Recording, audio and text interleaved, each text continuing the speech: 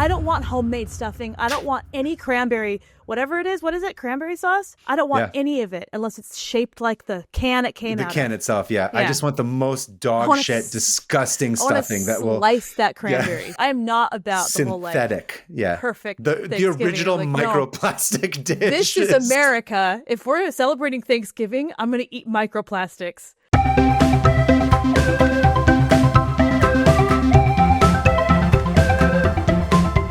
Hi, everybody. Welcome to 500 Open Tabs. I'm Kaveh Taherian. And I'm Hannah Hillam. Hey, Kaveh, what's up? Hey, Hannah. Welcome to our show. You know what this week is? No. Yes, I do. Do you? It's what Thanksgiving. Is it? Thanksgiving. That's right. It is the week of Thanksgiving. I'm really excited. I love Thanksgiving. I've talked about this on the show before. Have you? Yeah. I talked about how much you like or dislike Thanksgiving? I don't think I've ever gotten into it because you've been too obsessed with telling everyone how much you love Thanksgiving. I just like eating a lot of food. I do too. And I like that it's like a half holiday, like a half break, but not quite a break. There's something kind of fun about that. It's like a prep break. It's like we're prepping for the big break later. I don't know. It's like it's a prep d'oeuvre of breaks. Nice portmanteau. Here's the thing about Thanksgiving for me is it like I hate and love it equally. I hate that like how I feel after I eat all that food. I just want to lay on the ground and like die. And also that's by design. Oh, I don't like that. I don't like, I don't like turkey. I don't obviously don't eat No one it, likes turkey. Anyone who says they like turkey. Listen, to be clear, sliced turkey in a sandwich, that's good. But like the actual like cooked turkey where everyone like no one. Every Thanksgiving I've ever been into in my whole life, everyone sort of eats turkey as like because they're obligated to, but it's all about the side dishes. That's what Thanksgiving's really about. Dude, mashed potatoes with cranberry sauce on it. Mm-hmm. Gravy. It's stuffing. Fine. We Stuffing's love. Good. My sister and I love just the trashiest possible stuffing. We love. Oh, same. You gotta get it out of the box. Stovetop.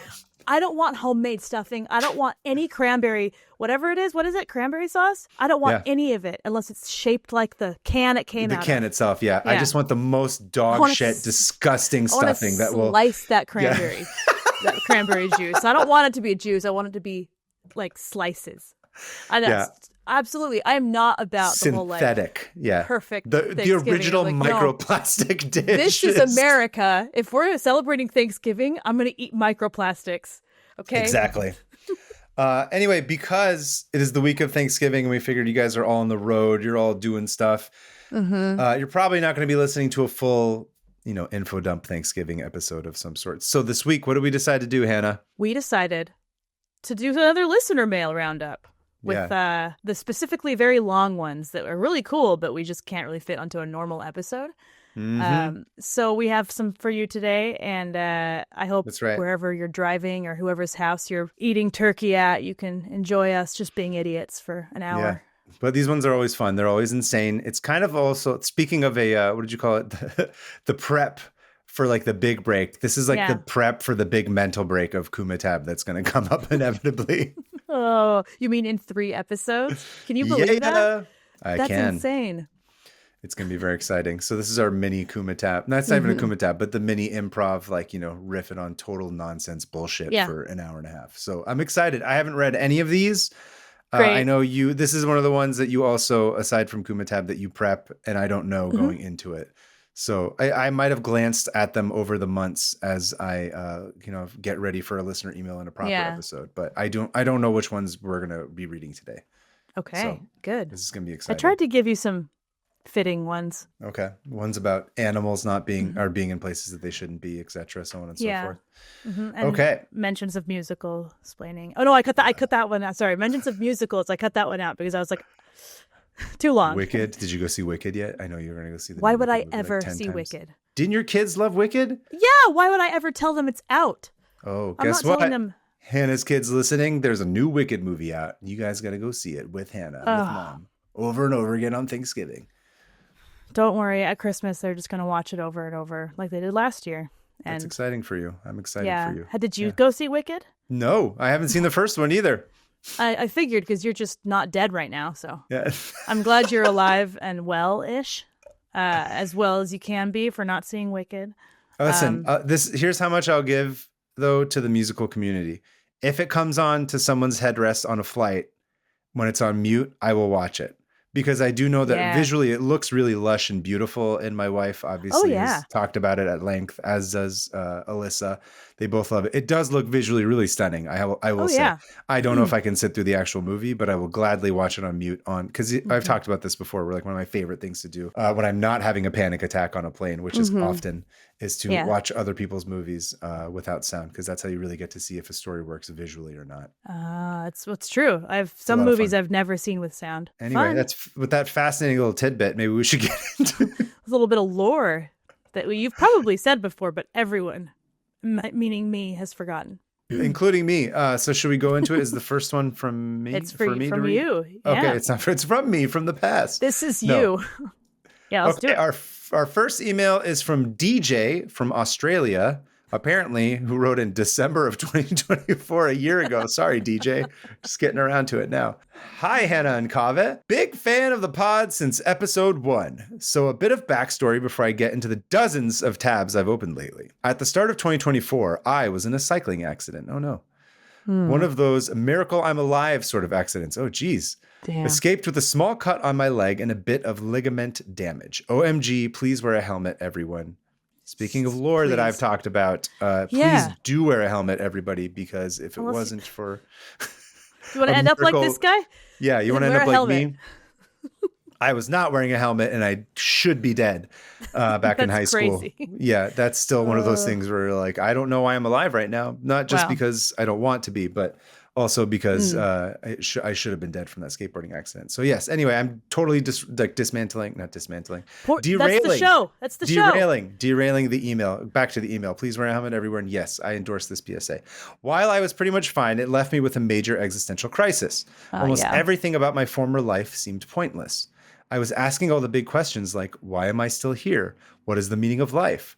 Do I even take fall damage? All the usual cliches. It's pretty common and even scarier if you aren't religious or spiritual in any way. After nearly a year, I came across this meme. So it's like the guy on the couch who's like slouching, who looks like a schlub. And then the second part of it is the guy doing the thumbs up. That's like the younger guy who looks like he's in a boy band from 1999. And it says, at first I was like, life is meaningless. But now I'm like, thumbs up, life is meaningless. It's a good one. It is. I started wondering why this meme dude was happy about life being meaningless. And I thought to myself, if I'm having an existential crisis, why not look into the philosophy of existentialism itself? It's a good start. And thus began my deep dive into existentialism, absurdism, optimistic nihilism, Sartre, Camus, and Nietzsche. These people spent way more time thinking about how meaningless everything is than I ever did, so I figured it couldn't hurt to look into it. A super brief description of these philosophies would be existentialism, a philosophy that emphasized individual freedom, responsibility, and the creation of personal meaning in an otherwise meaningless world. Absurdism, the belief that life is inherently meaningless and absurd, and while we search for meaning, we must embrace the absurdity and continue living authentically. Optimistic nihilism, which is a perspective that acknowledges life's lack of inherent meaning, yet encourages embracing this freedom to create personal meaning and find joy in the experience of living. That's interesting, because like I'd say all three of those are pretty much sum up my worldview. I think it sums up our worldview, and it sums up all of the work that we put out. So yeah, 100%. Absurdism, nothing matters, and that's why we get to talk about Richard Nixon all the time. That's how you get between point A to point B. Point A being birth and point B being death. Is like, Nixon. How much can you laugh about Nixon on the way? Your deathbed, you're going to be like, I wish I would have laughed more about Nixon. That's going to be the one regret you have. My last words are going to be like, I'll see you at the Dickie Nixie Soviet pool party. And my kids will be like, no, don't worry. She's insane. She's been insane for years. We don't know what she's talking about. Listen, my headstone, I'm just going to have like a latrine there. So it could be like, or like the double toilet that Nixon had on the toilet in the sky. So that could be like the Richard Nixon tribute toilet will be at my grave. I'll come piss on your grave. Please do. Yeah, I will. I genuinely would. Good. You're honored. A real friend. Everybody else would be like, that's uncouth. I can't believe he made us do that. I'm pissing on your grave because you want me to. Yes. I'm going to commit to the bit. If there's a latrine at your grave, I'm pissing in it. You can write that down, everybody. Plant some pumpkins while you're there too. Yeah. Okay. Anyway, continuing with the email. I also started behaving differently since the accident. Since everything is so pointless, I'll just do whatever the fuck I want. Aside from eating more snacks, it turns out whatever the fuck I want was pretty tame because I act within my own good morals, values, and ethics. And using these philosophical frameworks, it helped me realize I'm an okay sort of person and that I can crawl out of the existential dread by figuring out my own meaning, which was one of the most comforting things I found this year. I'm in my Sisyphus era. Just kidding. I'm sorry, not just kidding. If you know, you know. It was the... It had the squiggly, it had the red squiggle underneath it, so that it says that it's misspelled. So I was confused. I thought that was typo thing. I thought it was a JK. Yeah, if you know, you know. Sisyphus, of course, we've mentioned many times before. It's the worst era, but also fun and predictable. It's predictable. The Sisyphus era is predictable. That's nice. Anyway, I'm totally going to get more therapy. Taking care of one's mental health is super important. And I haven't closed all the tabs yet. If anything, I opened more looking into the philosophy behind that motivates my actions. Also, big shout out to the Philosophize This podcast. It's great for noobs like me who want bite-sized chunks that make sense. And they've included the link. Anyways, love you guys in the pod. Hope to hear hundreds more episodes. Keep it Josie and wear a helmet. Cheers from Australia, DJ. Thanks, DJ. Thank you. I too have been through a similar experience of having had a really terrible near-death experience accident skateboarding that I don't think I properly went into the story on this podcast, but we did talk about it on the I'm Me and It's This Game's Fault panel that is on YouTube. It's a good story. In San Diego. Yeah, I won't tell the whole story again, but terrifying, but also there's some really funny parts of that story. That's because that's the existentialist sort of absurdist thing that I do. Yeah, it's insane. You have to connect all the... Anyway. So I sympathize. I've been there. I understand. I supersize with you, as they said in Idiocracy. I supersize with your situation. I understand. It's a weird place to come out of. I'm not sure if you hit your head and to the extent that I did. But it's kind of the only way to make it through existence because it is absurd. Yeah. And we are... By being able to create our own meaning, I feel like that's the best use of our own powers of creativity and being able to put meaning on stuff and create patterns. I think we take it to another degree of saying like, let's do a podcast where we do this, or in my case, I'll write books where I do this, or draw comics where I do this, or every bit of illustration or anything. So it tends to permeate into everything I do. I've told you this before, which is when I was writing all my Avocado Chronicles strips, the majority of those started at something that I was getting irritated by and mad at. And then I would go on a walk and then convince myself a way to make fun of myself for what I was upset about. I did not know that. It has this total existential kind of absurdist thing. Because it's just like, why am I upset about this? You're an idiot. And that's basically what the voice of Guac was in my head as I was writing those. So I alone during the pandemic. Great time, everybody. We loved it. I'm sorry, but did you have something that you wanted to say about it as well? No, I just think that for me, it's like, we got really serious right away. That's fine. It's not serious. Nothing's serious. For me, it's like organizing the absurdity. Like if I can just kind of grasp things and maybe put them together, then that it's like keeps me going. You know what I mean? Yeah. That's how I live my life. Cool. I'll do mine. That's all I have about that. Okay. Anyway, thank you again, DJ. Okay. This one is from Catherine from Philadelphia. Hello. Every year, my husband, my cat, and I go to a I thought there was going to be people don't realize it's a weird job to read on camera, like just without having not prepped something before. Maybe and to read somebody else's like cadence. Yeah, it's strange. Like, I don't know. I thought there was going to be more people that she was including in this like list. My cat, my rat, my bat, my hat, my shat. Bill Shat was with me in the back seat. Bill Shat just doom scrolling. Okay. Riding shotgun. So that's all Bill Shat did when I saw him. Okay. Every year, my husband, my cat, my pussy, and my crack, and I go to a... Oh, no. Oh, I wasn't ready for that one. And I go to a rural... There it is again. I said it. Okay, stop. Okay. No, you're getting through it. Just go keep going. Keep it all in, Alyssa. The Roger area. We go to a Roger. The Roger area of Pennsylvania. Give me a sec. Keep it all in. It's a Thanksgiving episode. It doesn't matter. It's fine. Yeah, you guys don't even know where you are right now. You're like sitting on some grandma's couch. It's hot. You're smelling like turkey, and you're like, oh, it's football. I don't care. Okay, ready? Every year, my husband, my cat, and I go to a rural area of Pennsylvania or upstate New York for a winter cabin vacation. Oh. where we stay inside, take long naps, and hang out in front of the crackling fire. Basically, we live like cats for a week. I bet you don't piss on the bed and the floor, but, you know. Or meow like a crazy person because you need your wet food for like 2 hours. Commit to the bit. Don't eat with your hands. Yeah. Anyway, this year we went to an area near Cherry Springs State Park. The area with the darkest skies on the East Coast. Oh, nice. The skies, I want to go there. The skies were amazingly full of stars, but that's not my tap. On the way to our cabin, we passed through Austin, Pennsylvania. Just outside of Austin, we saw the remains of a huge broken dam. Oh. So we looked it up and found this documentary narrated by Willie Nelson. And there's the link. All right. This dam was built in 1909 to support a paper mill. The dam was built 50 feet high. It was supposed to be built 30 feet thick, but it was only built 20 feet thick in order to save on costs. Also, in order to save costs, the builders decided to omit a planned slab underneath the dam that was supposed to prevent water from leaking under the dam. As you can guess, this did not end well. Yep. In September 1911, there were heavy rains and the dam failed. A wall of water hit the town of Austin, killing 78 people.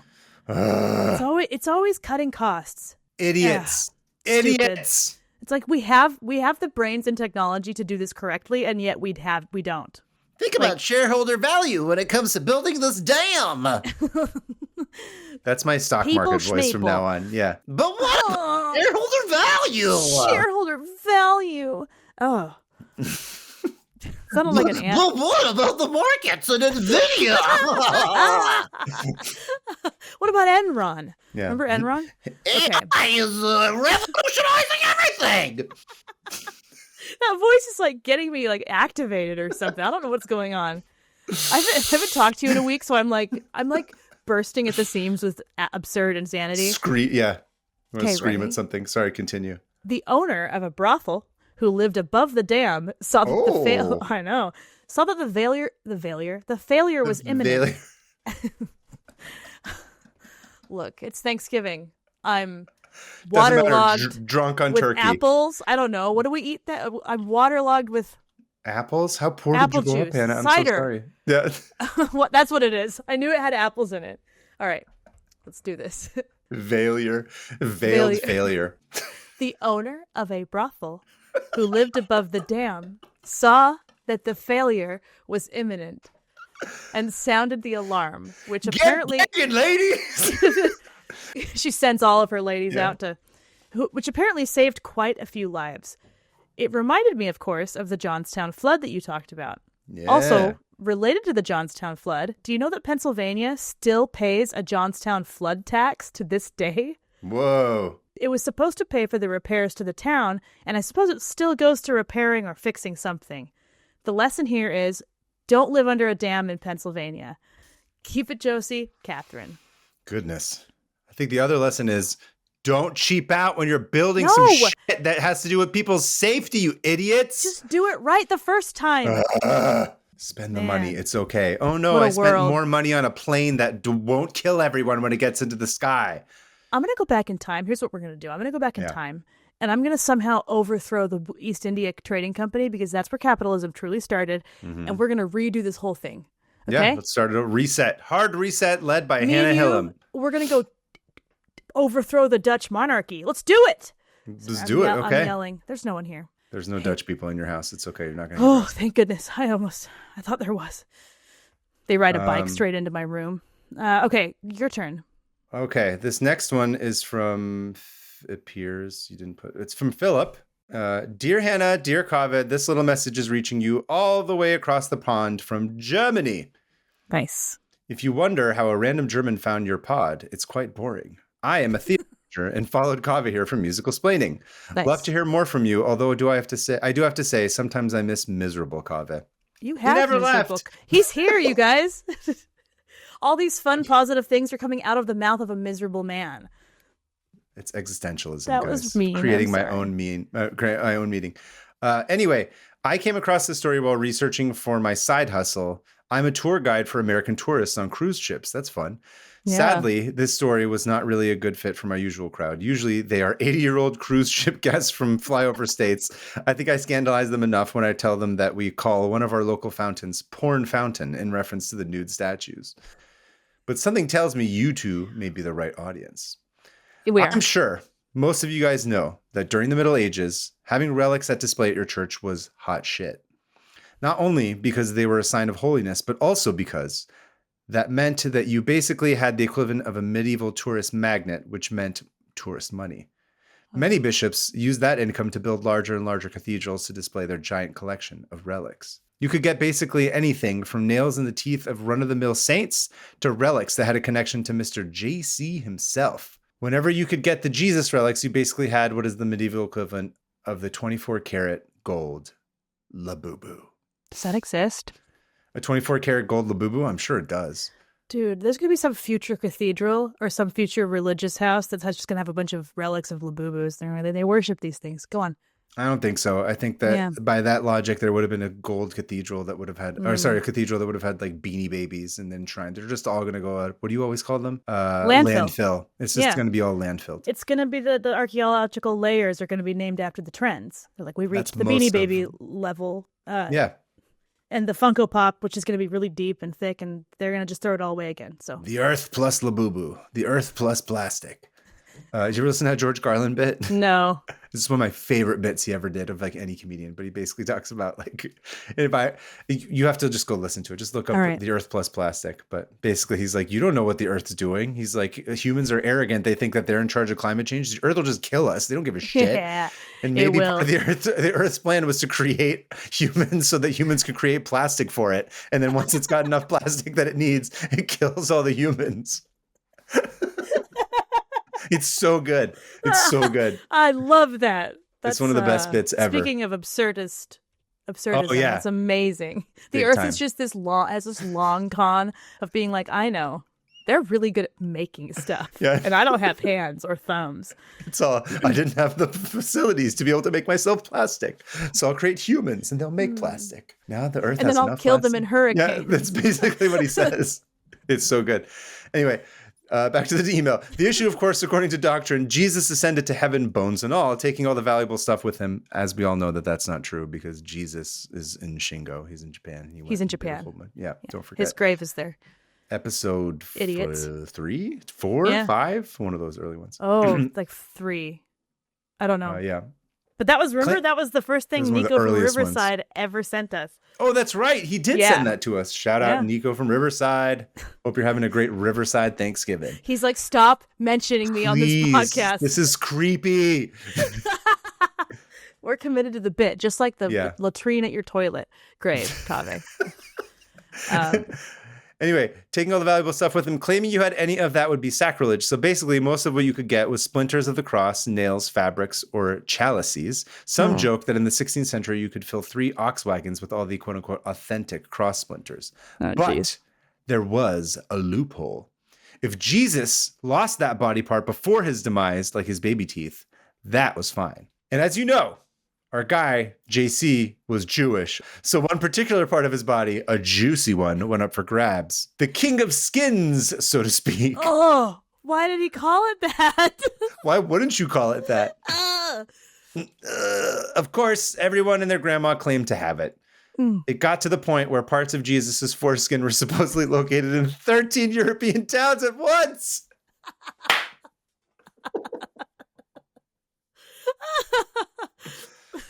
It's like the 13 apostles, but what the 13 foreskin? No, I'm saying it's like that, but like there's just scrape all the pieces of foreskin together. Oh, I can make one whole new Jesus. What is it? It's like the body, the mind, or what's the 3 parts of God? What is it? You're a Jesus. I don't know. It's a Catholic thing. I don't know. The Holy Spirit, the body, the flesh, whatever. The flesh. Like I said, I'm not Catholic. Alyssa? Wait, what is it? Hold on. The body and the blood of Christ. Yeah. It's like God is 3 things. It's like there's the Father, the Son, and the Holy Ghost. The Trinity. Father, that's something. Sorry. Yeah, Father, Son, Holy Ghost. Yeah. Catherine of Siena was, according to Wikipedia, an Italian mystic and pious laywoman who engaged in papal and Italian politics through extensive letter writing and advocacy. What made Catherine this influential was that she would, from time to time, experience visions of JC himself, reportedly starting at 5 years old. Over the course of her life, she would refuse to marry, basically going into hunger strike whenever it came up. Real medieval girl boss material. She also refused to become a nun, choosing to remain independent from any man. Any man? Not quite. In her life, Catherine would have another of her seizure-like apparitions. She would roll around on the floor in ecstasy and later claim that she had relished in the spiritual embrace of Jesus H. Christ. However, what does the H stand for? Hannah? Jesus, Hannah, Christ. Or Hillam Christ. I don't know, either one. He kept Jesus, his maiden Hillam name. Christ. That's it. He's Jesus, Hillam Christ from now on. Great. Yeah. However, get your mind all the way out of the gutter, you two. Can't a gal have a spiritual, ecstatic embrace anymore? What simply happened during that embrace was that she partook in a mystic marriage with the spirit of Jesus, Hillam Christ. Nothing dirty about that. Our guy, Jesus Hillam Christ, however, was a bit of a cheapo. Instead of saving 3 months of salary on an engagement ring, Jesus Hillam Christ really only saved 8 days for Kathy. 8 days of foreskin. Yeah, you heard right. Kathy's wedding ring was in the most literal way possible, quite meaty.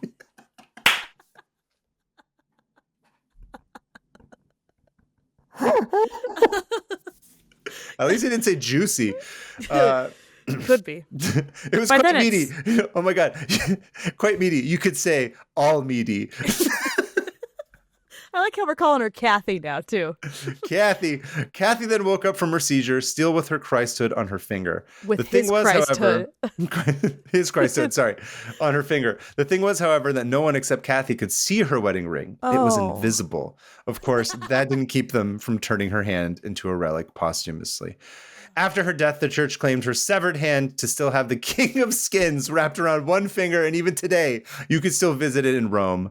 I love this. We need to go to Rome. We need to go visit. Catholics have such a long history of just the creepiest versions of everything. You know what I mean? It's like, we're going to take this and go to the very extreme of it and put a foreskin around this dead lady's hand, cut it off. Foreskin hand. That's great. And then charge people to come see it. You got to make a buck, however, in this economy, Hannah, you got to make money however you can. The Catholic Church is just a small church trying to make a buck. Go on. Try and turn it around. Yeah. Listen, they'll get there someday, guys. They'll get some money. Kaveh, Hannah, I love learning new pointless facts in your pod, which I can use to annoy people. So please keep it going.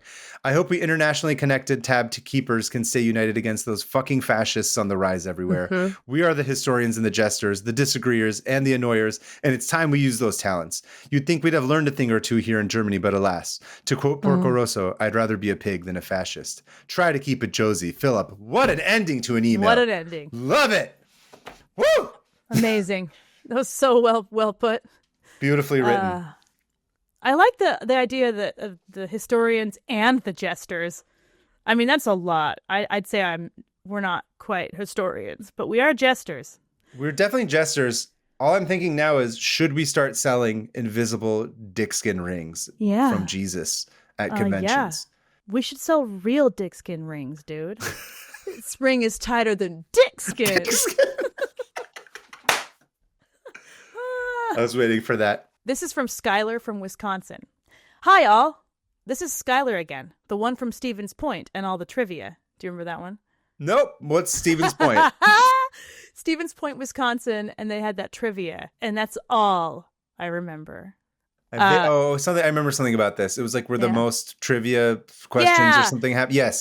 Okay. Something. It's in there between the quotes about dickskin from Always Sunny in Philadelphia and what did you do the other week? Why you gave me a whole I don't know what I did. Report. I don't remember. You're talking about what my tab was? I'm worried about us. Okay? I'm worrying. Okay, all the trivia. LOL. That was inspired to write something in response to the guy talking about rejection sensitive dysphoria, RSD. Oh, right. I remember that. As my day job isn't being bad at trivia. Mine is, just kidding, this isn't a job. Go join the Patreon. I'm an MH therapist and I specialize in OCD and ADHD. Yes, it's the blind leading the blind sort of situation. with ADHD anyway.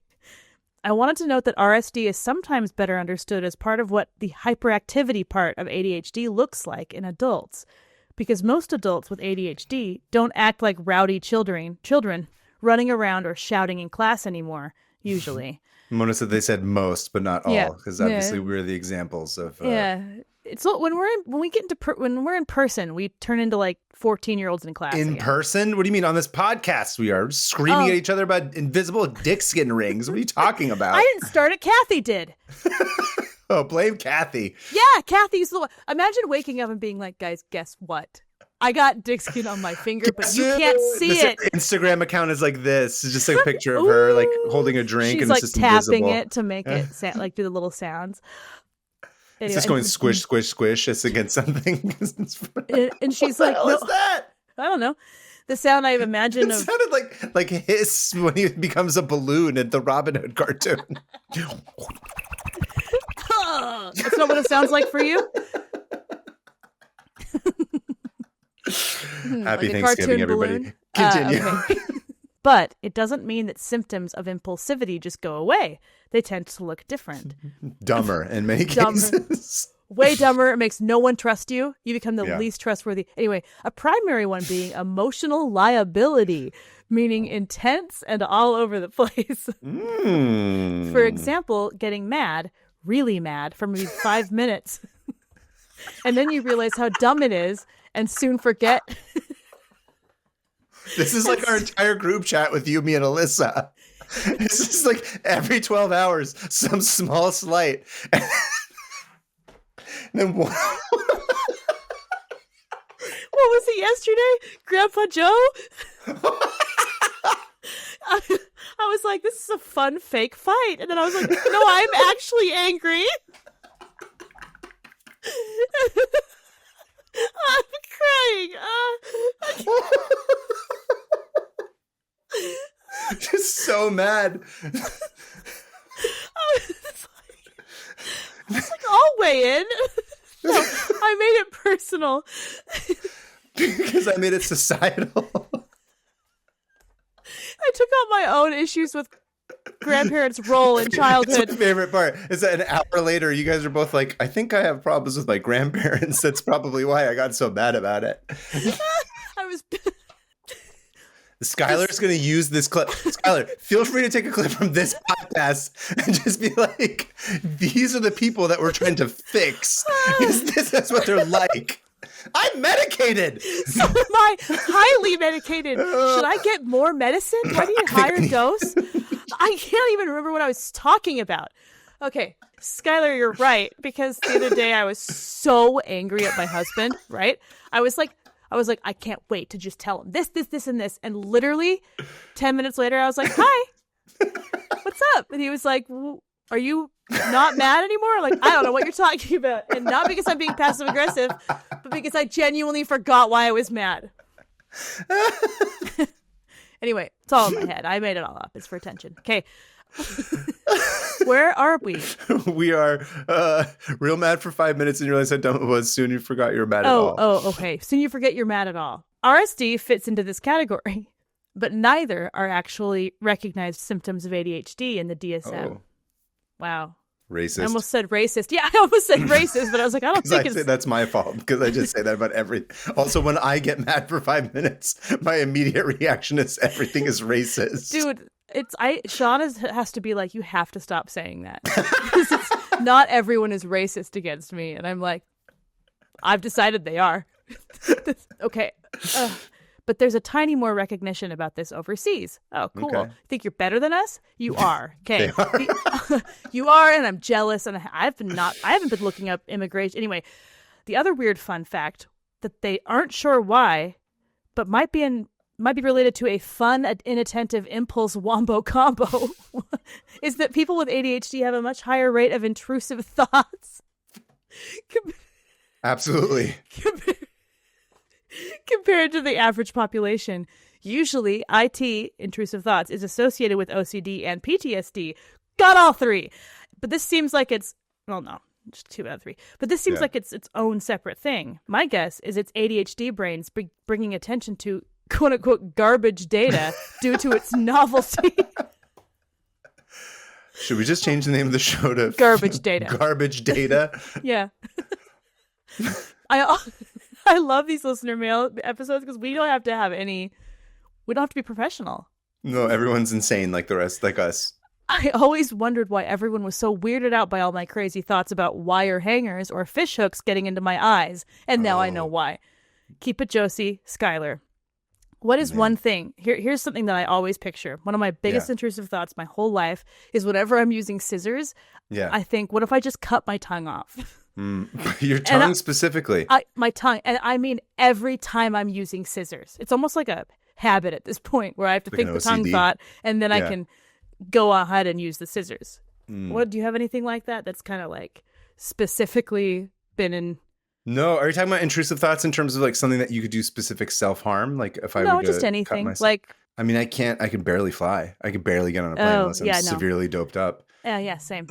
Every bump is like, oh, that's it. I'm dead now. That's it. We're done. Every other person that's ever, your brain is like, you're right. I'm going to go I'm going to start prepping to die. And then everyone's like, someone's watching Wicked next to you. And you're like, I'm going to die watching Wicked. I do with always no think sound. That. It goes back and forth. Some days it's better. Some days it's way worse. Same. Sometimes I'll just be like, what would happen if that person's head just popped? Or stuff like that where it's like, get hit by train or drive off road. Yeah, I do wonder every time I go through an intersection, I'm like, so what if someone just T-bones me and I'm dead T-bones. right now? Yeah. What would then I start thinking about what my body would do. If you got hit in a T-bone or if you died specifically. Just be crunched up. No, there's just a lot of that. I think you definitely think more about that than I do. I don't think about the death part as much as I'll think about like, what would it be like if if someone's face just caught on fire right now for no reason in front of me? Yeah. How would I react? I think that's death part. But not to me. That's just like if somebody else is randomly caught fire. I picture my own death almost every day. And against my will. I don't want it. Bummer. Or Sorry I about do that. the thing where I'm like, no, this is too much. Never mind. Okay. Your turn. Moving on. Hello, Hannah, Kaveh, and Alyssa. Thank you so much for a podcast that I never knew I needed. I don't know who this is from, by the way, because you didn't. Oh, it's from, this is from Sean. Sean? Yeah, spelled the right way. Oh, interesting. My husband. The podcast that I never knew I needed. Thanks, Sean, for finally listening to an episode of your wife's podcast and it's writing super nice of you to finally do this. It was a very long and strange road to get here. I got introduced to musical splaining through Lindsay Ellis, who I've been following for years now, but somehow never heard of the podcast until late 2024. Weird. Wow. Binged it all of last year and early this year after it had finished. I know I'm late to the party, and absolutely loved Kaveh's presentation style, even though half the time it seemed like he was about to die of anguish and torment. Of musical splaining. Okay. Yes. Yeah. Also, Hannah, you were one of my favorite guests, by the way. Thank you. Once I finished that, I felt a deep longing in my soul for more stuff, and luckily saw that you guys were continuing, and I'm so glad. To see Kaveh not be on the verge of death is wonderful. And I got introduced to Hannah's really funny comics I wish I knew about earlier. Thank you. That's kind to say. Yeah. I'm glad that people enjoy me not wanting to die, at least on the air. It's nice. Although you, worse than anybody, still egg me on because you're like, it's funny when you're angry about everything and you want to like kill yourself. Unalive myself. Sorry. I don't do that. That's certainly not off the air. Never. This podcast somehow relates to me on such a uniquely niche level that I would have never expected. As a Bay Area born guy, who was moved / was exiled to Utah, but is constantly trying to find his way back to the Bay while navigating a complicated relationship with Mormonism and dealing with my severe addiction to Iranian food and Farsi music. Dear Lord. And yes, I am still trying. I'm like, has our podcast come alive? Do we have a child? Did the podcast have a kid and its name is Sean? Yeah, it's become, seriously, it's become sentient. Did AI write this? Parentheses, and yes, I'm still trying to read the Shahnameh. I just keep getting distracted while I'm stuck in the tale of Sohrab. Admittedly, I feel oddly seen by this podcast. I thought I would finally spend some time to contribute a tab, though, and one that I thought would be of interest to y'all. As you are both from / live in the Bay, and with it being Indigenous Peoples Day last week at the time of writing this, and Indigenous Peoples History Month in November, I thought I'd relate to you the tale of Alyssa Rancheria. For anyone who grew up in Central California, do you remember they taught us about Native Californian tribes in school? Yeah. I don't remember that in school. But then again, I went to school in a different era than you did. Yeah. Mine was like the mid-90s where it was like, we're going to kind of talk about other races in a way that still centers us. But, a little bit. But I remember This is elementary school you're talking about? Yeah. We got assigned a tribe to learn everything about, and we had to make a diorama of their living situations and boats and weapons. And that's interesting. Don't forget, I went to elementary school on the East Coast, so I didn't get anything close to that. They just wanted you to bring a name of one of your Mayflower ancestors. What part of Europe is your family from? That's the Iran. assignment tomorrow. Yeah. I believe I mentioned that in that same, that was the same one, right? I talked about that in that panel as well. Go watch it. You did. From what I remember, when they taught us about the local Ohlone people in fourth grade, Ohlone, you remember them? You know them? Yeah, that was one of the tribes I learned about. Ohlone. It was pretty brief and surface level, mostly consisting of they were hunters and gatherers, liked acorns a lot. Then the Spanish came and they all died. Now let's build a Spanish mission out of sugar cubes. Did you ever do that? No. Oh, I built a Spanish mission out of sugar cubes. Absurd. Why? I mean, that sounds fun, but... Yeah, but you look at it, you're like, those missions were... Anyway. I mean, you're seeing them in terms of what they represent, not the fact that you're building... It's like, okay, kids, we're going to build a bunch of colonizers' churches where they force baptized a bunch of Native Americans out of sugar cubes. Famously, something that caused people to be bought and sold. Anyway, go on. As time went by, I continued to learn more about history and eventually came back to local indigenous history. And oh boy, it's actually far more interesting. After the end of the Spanish mission revival system in the early 1800s, where many local people were practically enslaved, many natives left and formed communities near their old homelands. The Tri Valley in the East Bay, where I'm from, was site to one of the largest Alyssa. I wonder where they're from in the East Bay. A large number of indigenous families, primarily the local, what was it, Ohlone? Ohlone, I think. Ohlone and Bay Miwok tribes gathered here and did not just live here, but continued many of their traditional ways, possibly in the early 1900s at the latest. Again, apologies, I'm reading these all for the first time. I'm not as learned as I'd like to be because I went to elementary school on the East Coast and didn't even get a chance to make missions out of sugar cubes. Many people spoke the original languages, continued to practice the original dances and ceremonies, and there were even records of traditional roundhouse tupantak that existed here until at least 1897. That's The cool. community was also led by chiefs, both men and women, essentially had the traditional political structure that existed in pre-mission times, from what I've read at least.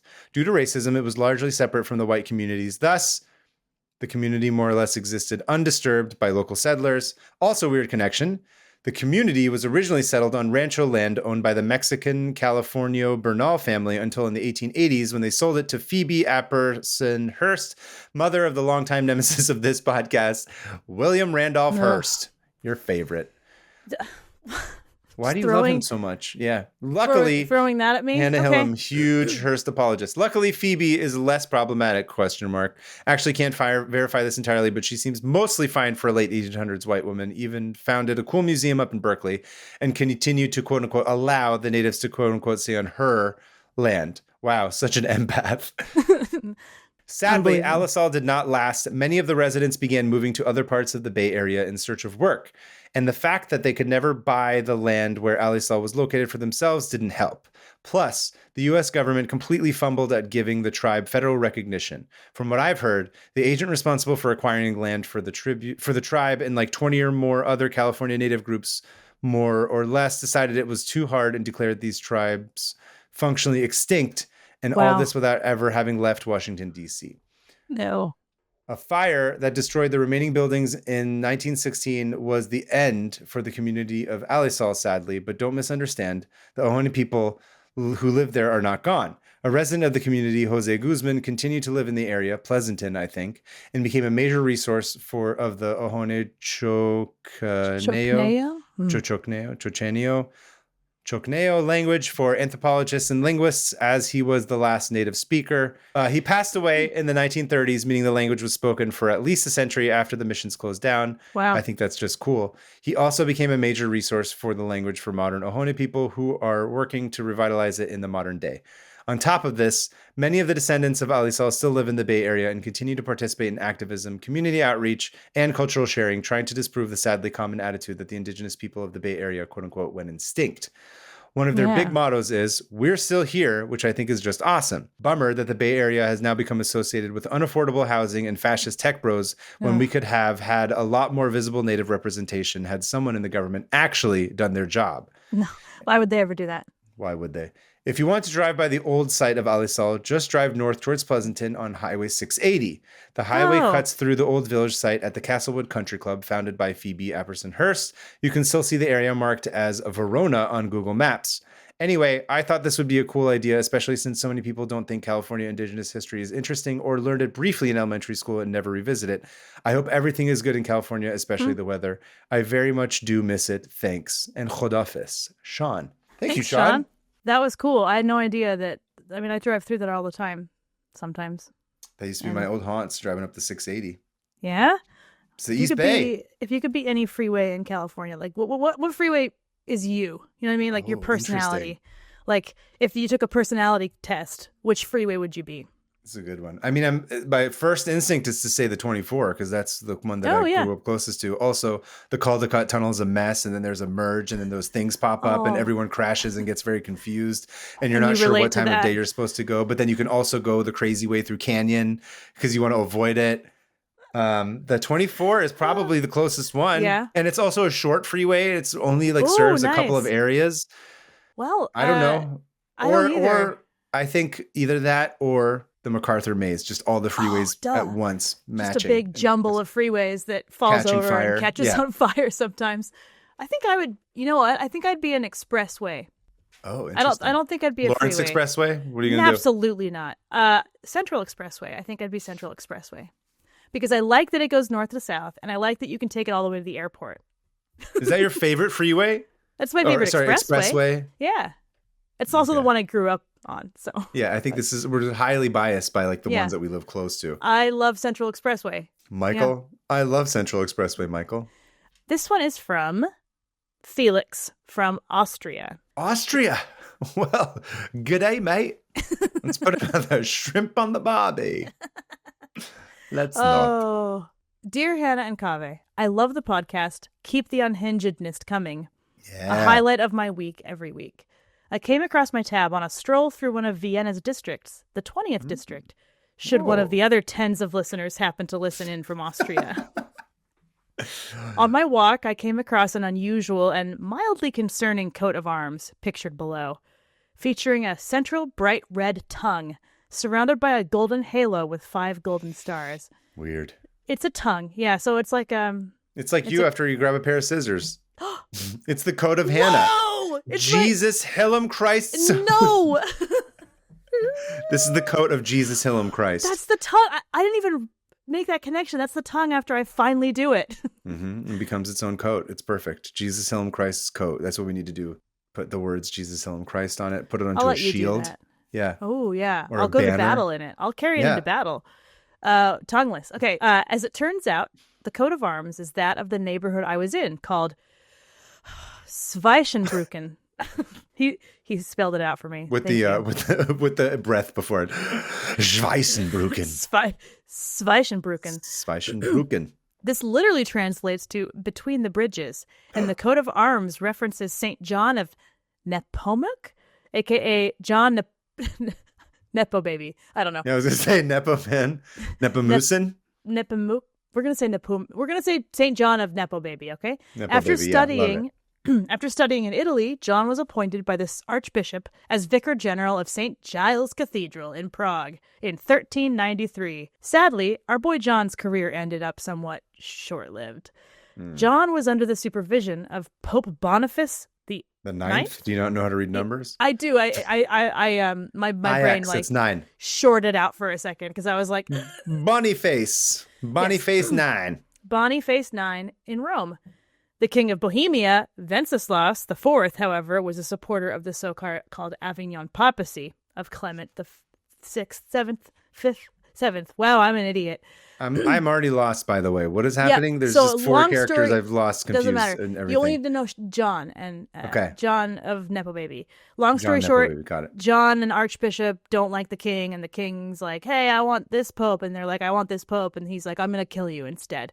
So the king throws John from the Charles Bridge into the river, into the river Vitava, a standard method of execution for criminal clergy. Oh man, imagine. Okay, John's body was found. You got beef with some criminal clergy there? Jesus, Hillam Christ? Maybe they shouldn't be charging to see relics of Jesus's foreskin. Heck, how about that?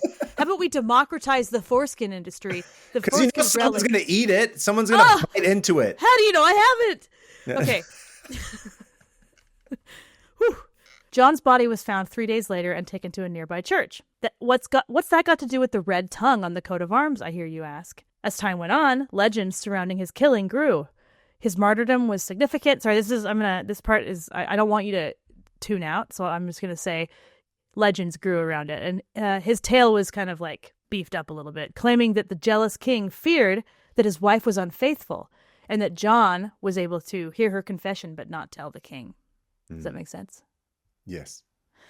When he refused to name the lover, the king ordered him drowned. During his execution, it was claimed, a cluster of 5 stars appeared above the spot where he drowned, and the river dried up after the execution. The best Yelp review ever. 5 stars on Yelp. 5 stars. 5 stars, got my tongue cut off, and the king's wife. I didn't betray the king's wife. Perfect. So this is just the story that came from it. They don't actually know this, obviously. 5 stars getting killed from a bridge. Okay, the cult of St. John of Nepo Baby grew and spread among Catholic countries. Then they opened his tomb in 1719. Much to everyone's surprise, seemingly John's tongue had survived in the tomb, shriveled but intact 300 plus years after his passing. Hang on, this is a second, what's it called? Relic story. Oh yeah, you're right. Clearly, this was a sign of his saintliness. Anthropological research on relics, another 250 years later, in 1973, sadly debunked the myth of the miraculously preserved tongue. Bummer. Instead, it turned out to be a discolored chunk of brain matter. I just want to know whose brain ended up in the tongue relic. He's a sapiosexual. He's just like, I'm really into intelligence, and then just going to town on brains. But that'd be an interesting zombie. Just saying sapiosexual zombies. Brains. Again, here you go again. What do you do? Why do you do this to yourself? I don't know. Is it a good idea? Should we make this into a movie? It's a good idea. I like it. Okay, cool. Here's the thing. I think I would have executed John just by hearing him say the word sapiosexual. I would have 5-star threw him right into that lake or whatever it is, river. To this day, St. John of Nepo Baby is considered a protector against water-related dangers. Ironic. And is the patron saint of confessors, the wrongly accused, and bridge builders, the ones he was tossed from. Presumably, his association with bridge builders is the root of his association with the district between the bridges, and why his tongue is included on a coat of arms. Hope you found this obscure local trivia at least somewhat entertaining. Greetings from Austria, where I am keeping it Josie, and can only dream of ever visiting the Gwen Stefani tribute toilet. Felix. Update on the Gwen Stefani tribute toilet. I think it's going to be gone. No, what? I want to say. What's happening to it? No, I mean, I think the cafe, Fangirl Cafe, last I checked, might have had to close. No. I think it's still there. Still there for now, but I knew that there was something about it that was like, we need a fundraiser to save Fangirl Cafe. Oh yeah, it was last month. We need a fundraiser to save the Gwen Stefani tribute toilet. I think if they had put that up, then they might have had more. I wonder if there's pictures of the Gwen Stefani tribute toilet in the gallery. If there's not, then they're sitting on a gold mine like the relics. I agree. This is a thing that they could have been. I mean, I took the pictures of it. I could just post them. Oh, right? Yeah. Did I send you Gwen Stefani tribute toilet pictures? Yeah, and it changed my life. I was like obsessed with that photo for like an entire day. I was like, no way. And then we shortened it to GSTT. GSTT. No, I don't. Obviously, I don't. Again, I'm worried about us. I'm not. I'm not worried about anything. What is it now? It's October? No, it's November. It's Thanksgiving. We are halfway through November. For our last listener mail, we are going to have a voice memo from Maggie. All right. Magaggie. I don't remember what Simpsons episode that was, but I do remember Homer saying Magaggie for some reason. Magaggie. Okay. Let's see. You ready? Yep. Dear Kaveh and Hannah, every once in a while, I check back in on a true crime tab from 2018. New York Times' Dorothy's ruby slippers were stolen 13 years ago. Now, I hadn't thought about this tab for ages, until I watched Wicked Part 1 in theater 3 times in a row. And yes, I'm hoping that at least that sentence made Kaveh squirm. It did. Anyway, I went digging to see if there was an update on the investigation about the slippers and was delighted to see an article from Smithsonian Magazine from earlier this year. So here's the story. A pair of Dorothy's iconic ruby slippers from 1939's The Wizard of Oz were stolen in 2005 from the Judy Garland Museum in Grand Rapids, Minnesota. That's Judy Garland's hometown. A man broke into the museum and made off with the then $1 million shoes, leaving behind only shattered plexiglass and a singular red sequin. Then, in 2017, a mysterious someone contacted the slippers insurance company, offering information about their location for a price. The FBI performed a sting operation to recover the slippers from the extortionists, and they were able to be located in 2018. Terry Martin was charged with theft of a major artwork. He is now 77 and in hospice, so he's serving out, quote, 1 year of supervised release, unquote. The last update I have also has Martin's accomplice, Jerry Slitterman, maybe? Jerry Slitterman, out on bail, but facing similar charges, along with witness tampering for allegedly threatening to distribute sex tapes of the witnesses to keep them from providing information to the FBI. Yeesh. The real question is, why take the shoes, right? Well, Martin and Slitterman were under the impression that the slippers were made of actual rubies. They had no idea that the shoes were just sequin.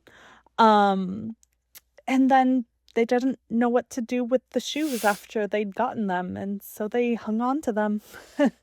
Little did they know that the shoes are now worth like $3.5 million. But, you know, I suppose they were brainless, heartless, and cowardly. Farewell for now, Maggie from Juneau, Alaska. Goodness. Oh, wow. Idiots. Stupid. That's dumb. Why would they be made of real rubies? Well, I don't. Who knows? Who knows? Listen, most things in films are fake. Even the food is fake. Yeah. The food is like some prop. It's like made out of like sawdust. You're not even really seeing a turkey. Like you're just eating sawdust in front of a camera. Yeah. Your soup is probably like motor oil or something, but it's like spray painted purple But you can eat or the to glass. look like beet. Yeah, you can eat the glass for sure. Yeah. Don't trust movie props. They're not real. None of them are. Yeah. Well, thank you, Maggie. That was good, and thank you everybody for. Yeah, thank you everybody for writing in. Yeah, should we close out the same? Yeah. What do you want to do to close out these listener emails? What do you want to close them with? What kind of sound effect? I would say we should release the episode and then ask them to weigh in on what sound we should put, but or we could go and see the graph Alyssa made and just pick the most popular one, which I'm pretty sure is a gunshot. So. Oh, it should be a turkey getting slaughtered. Oh, a dead turkey, dude. And then water or blood spraying everywhere. Sorry. What a gift for Alyssa to have to figure that out. Happy Thanksgiving, Alyssa! Happy Thanksgiving! Yeah, let's count down. You want to count down? 3, 2, 1. Cut that head off. Chop. Is that how they do it? Chopping off a turkey's head like we're chopping off Hannah's tongue with scissors. Look, next Thanksgiving, it's gonna be tongue is on the menu. All right. Jeez, it looks like tongue's back on the menu, boys. Jesus, Hillam Christ. No. Thank you to everybody who wrote in. Thank you to everybody who continues to write in and make this show a communal one as much as it is one of Hannah and I being insane together. We really appreciate hearing all your insane stories, all your fun facts, all your tidbits, even the long ones, which I'm very happy that we have a forum to be able to share those with the rest of the listeners as well. Thank you, Hannah, for collecting all those and getting these shows produced. It's a huge relief that you're able to take care of them and do it. So thank you for doing that. Yeah, of course. Thank you. Thank you to all of our Patreon subscribers. Thank you to all of our listeners. You know, it's Thanksgiving, so let's throw out a little gratitude and say thanks to everybody for making this show what it is. mid at best with tens of listeners, but it's our mid show with tens of listeners. With and our without you tens guys, of listeners. yeah. Without you guys, it's nothing. I'm incredibly grateful for you guys, for the listeners. I'm glad we have someone that wants to hear this. Yes. And well, I would have said we are incredibly grateful, but thanks for making it about yourself, Hannah, instead of, I guess I have to also say that I'm grateful, because now by putting the doubt in everyone's head, okay, it's not implied. Let's do this, okay? We're incredibly grateful. We're grateful for this, okay? I'll speak for you. How about that? Do you like when I speak for you? I do. Ugh. I'm Kaveh, and I love Jesus' foreskin. Oh my God, it sounded just like my own voice in my own head. But if it feels like you're hanging out with friends right now, bring some more friends in to this hangout. Yes. On this Thanksgiving, tell your racist uncle that he would love this podcast. No. Tell your non-racist but conspiracy theory heavy uncle to listen. We're going to convert the racist uncle to being unracist. That's the whole point. That's worked every time before. Exactly. That's my point. Just tell them not to be racist. Or but if share he'll this. hate listen to it, maybe he'll just be like, oh, he's liberal cucks, blah, blah, blah, blah, blah. Yeah, then he'll fall in love. He'll fall in love with both of us. And they'll love his doctor. That's good for publicity. So, but no, share this with your family and people you were sharing crazy facts with, and be like, oh, I heard it from this crazy podcast with these people. Here's the link.